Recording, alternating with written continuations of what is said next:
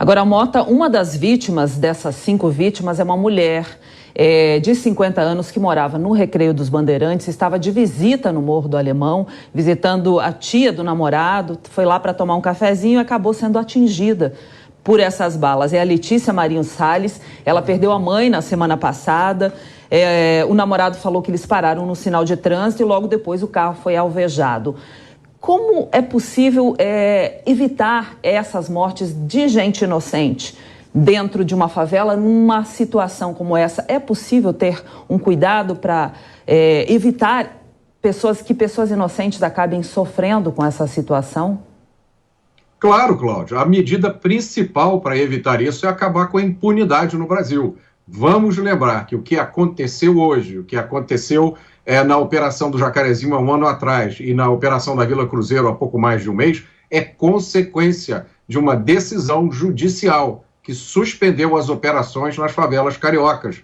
As operações policiais estão suspensas desde 2020 por uma ordem, uma decisão tomada pelo STF, que decidiu que enquanto a pandemia não acabar, as operações policiais não podem acontecer. Qual foi o resultado disso? O crescimento gigantesco do poder bélico e do armamento na mão dos traficantes do Rio de Janeiro. O Rio de Janeiro se tornou um refúgio seguro para traficantes de todo o país. Vamos lembrar do assalto do shopping, que não tem nem um mês, o vigilante Jorge Luiz Antunes, esse é o nome que todo mundo esqueceu, porque ele não serve para a promoção da narrativa de que a polícia é má e os traficantes são bons. Jorge Luiz foi morto com um tiro no rosto pelos bandidos que saíam da joalheria. Esses bandidos, a polícia já identificou, são uma quadrilha que veio de Belém do Pará atuar no Rio de Janeiro. Por que ela veio para o Rio de Janeiro? Porque o Rio se tornou um santuário para os bandidos de todo o Brasil.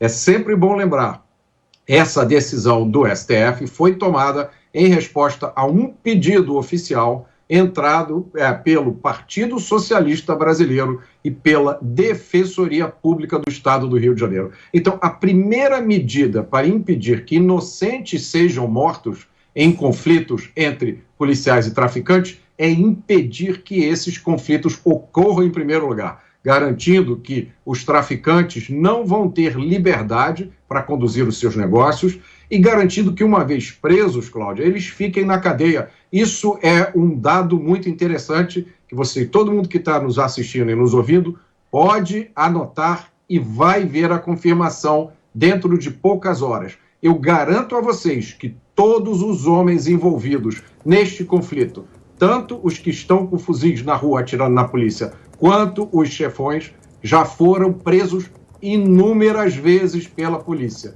e foram colocados de volta na rua pela legislação penal do Brasil, que é infantil, e por um ativismo judicial que está saindo de controle. Agora, Mota, de maneira prática, como você tem visto o enfrentamento à criminalidade por parte da gestão de Cláudio Castro, o governador do estado do Rio de Janeiro? Te agrada as medidas que vêm sendo tomadas?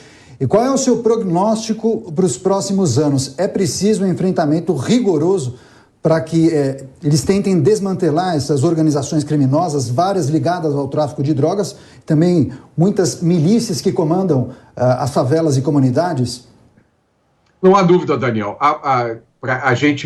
O Brasil vive uma crise de criminalidade que é fruto de um processo de destruição da justiça criminal brasileira que já dura algumas décadas. Então, a gente precisa parar, olhar para o cenário e praticamente começar de novo. A gente precisa mexer na legislação penal, precisamos melhorar a forma de atuação das polícias e precisamos retomar o controle dos presídios. São 3 coisas que precisam ser feitas. Dentro deste quadro geral, a Polícia do Rio de Janeiro vem trabalhando muito bem. Os índices criminais no Rio de Janeiro vêm caindo desde o início de 2018, com uma ou outra exceção pontual. Os índices estão caindo. O que acontece é que, como os índices estavam em patamares extremamente elevados, ainda vai levar muito tempo para que eles cheguem em níveis aceitáveis. Agora, a polícia enfrenta forças com as quais ela não consegue lidar. Eu acabei de dar um exemplo aqui, que é a DPF 635, que suspendeu as operações policiais.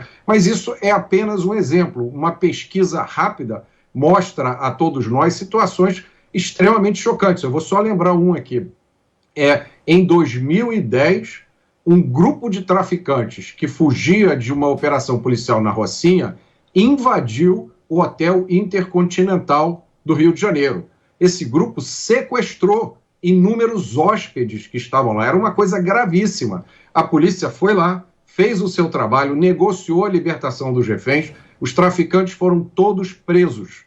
Em 2017, estavam já todos soltos e participando de uma outra guerra do tráfico na Rocinha. Agora, o detalhe trágico ou cômico